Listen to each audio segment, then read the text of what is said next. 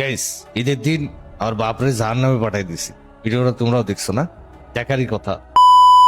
ঈদের দিনে তোমার কাছে আমার একটাই চাওয়া, তুমি আমার বাবাকে জাহান্নামের সর্বোচ্চ স্তরে পৌঁছানোর তৌফিক দিন।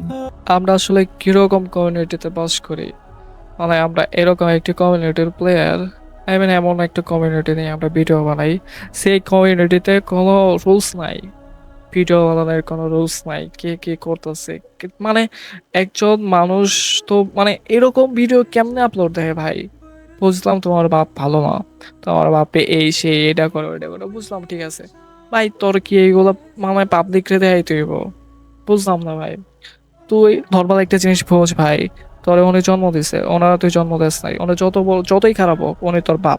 ঈদের দিনে তোমার কাছে আমার একটাই চাওয়া, তুমি আমার বাবাকে জাহান্নামের সর্বোচ্চ স্তরে পৌঁছানোর তৌফিক দিন। তুই কে লিগা ভাই এরকম একটা মন্তব্য ওনার নামে করতে পারোস? আর তোর না ভিডিও দেওয়ার কথা ছিল? ভিডিও বানাচ্ছিল আমার নিয়ে, উল্টা কথা বলছে, কমেন্টে অনেকে গালি টালি দিছে। তো দয়া করে কালকে দিন পর্যন্ত অপেক্ষা করো। কালকে আমি দিনের বেলা একটা ভিডিও বানাবো নি, ক্লিয়ার করে তোমাদের বলে দেবো না যে ওটা কোনো ভুল ছিল নাকি ইচ্ছা করে বলছি, আর ইচ্ছা করে বললো কারণটা কি ছিল, আর আমার বাবা কি হাতও মারা গেছে কিনা, আমার আল্লাহ মাফ করুক। তবা যাক। তুই নাকি ভিডিও দেস যে 9টার দিকে ভিডিও দেবো ভাই, তোর দিকে আমি 2 দিন ধরে অপেক্ষা করতেছি যে তোর ভিডিও দেওয়ার পর তোর রোস্ট করে দেবো। কারণ ভাই এটা রোস্ট না, এটা রোস্টিং ভিডিও না, এটা একটা প্রতিবাদমূলক ভিডিও ভাই। তুই কে লিগে তোর বাপ নিয়ে এগুলো মানুষের সামনে কইবি?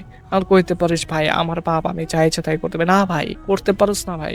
এগুলো তোর মানে পাবলিকের সামনে এগুলো বলা ভাই ঠিক না। তুই একজন ইউটিউবার, শুধু ইউটিউবার না, অনেক বড় ইউটিউবার, যার কিনা 1 মিলিয়নের উপরে সাবস্ক্রাইবার আছে। তোর মাথায় তো নর্মাল একটা নলেজ থাকা দরকার ভাই। আমি কি কইতাছি, কারে না কইতাছি, বুঝোস ভাই? এটি এক এক সময় এক এক নাটক নিয়ে কিল্লিকে কমিউনিটিতে হাউস, বুঝি না ভাই। এগুলো বাদ দেন ভাই।